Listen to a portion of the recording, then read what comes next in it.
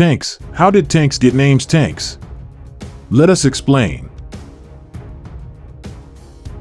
The word tank actually is related to how British tried to conceal their efforts to develop the new weapon. Here is how it went and how other names, such as Panzer, were born.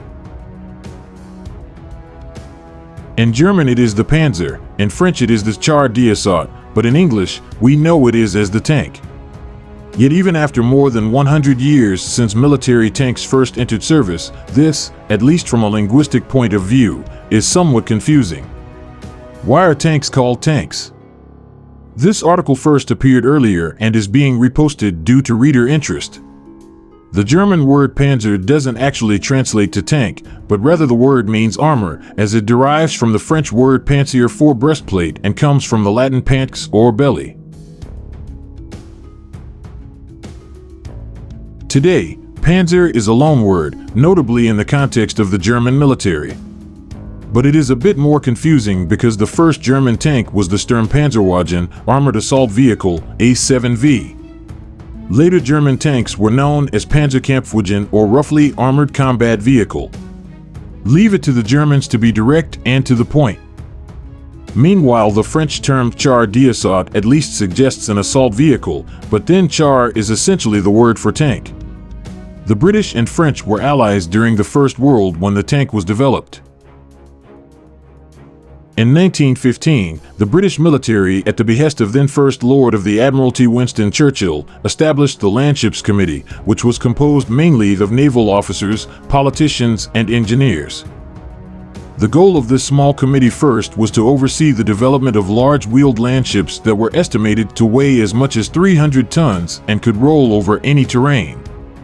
The project was ambitious, to say the least, but it soon became apparent that the costs, complexity, and logistics of creating such a vehicle were utterly unrealistic, especially in wartime.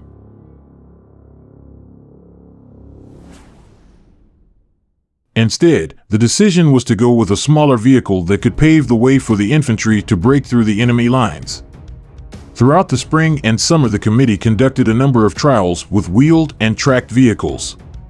Then in July 1915, the British War Office became aware of the project and its operations were transferred from the Royal Navy to the British Army, which was actually doing most of the fighting on the Western Front. Under the Army's direction, the first completed tank prototype was developed and it was dubbed Little Willie. It is also the oldest surviving individual tank in the world, in part because it was just a prototype and never saw use in combat.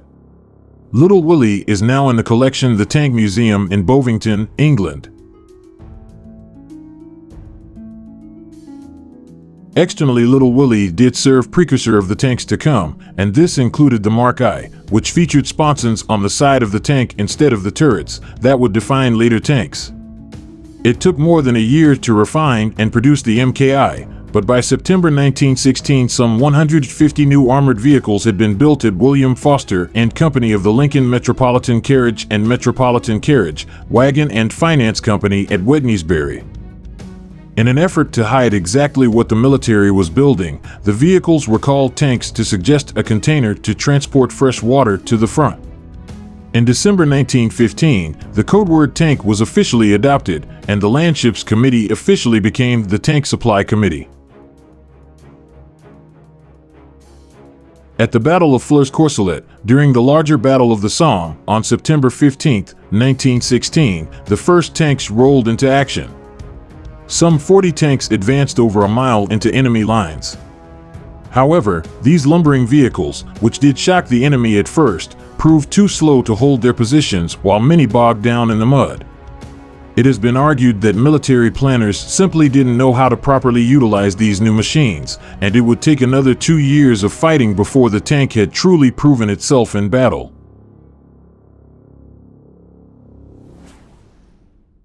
But by then the word tank was in the modern dictionary. It is char in French and in Russian, all because of the successful effort to fool the German military during the war. Peter Soussieu is a Michigan-based writer who has contributed to more than 4 dozen magazines, newspapers, and websites.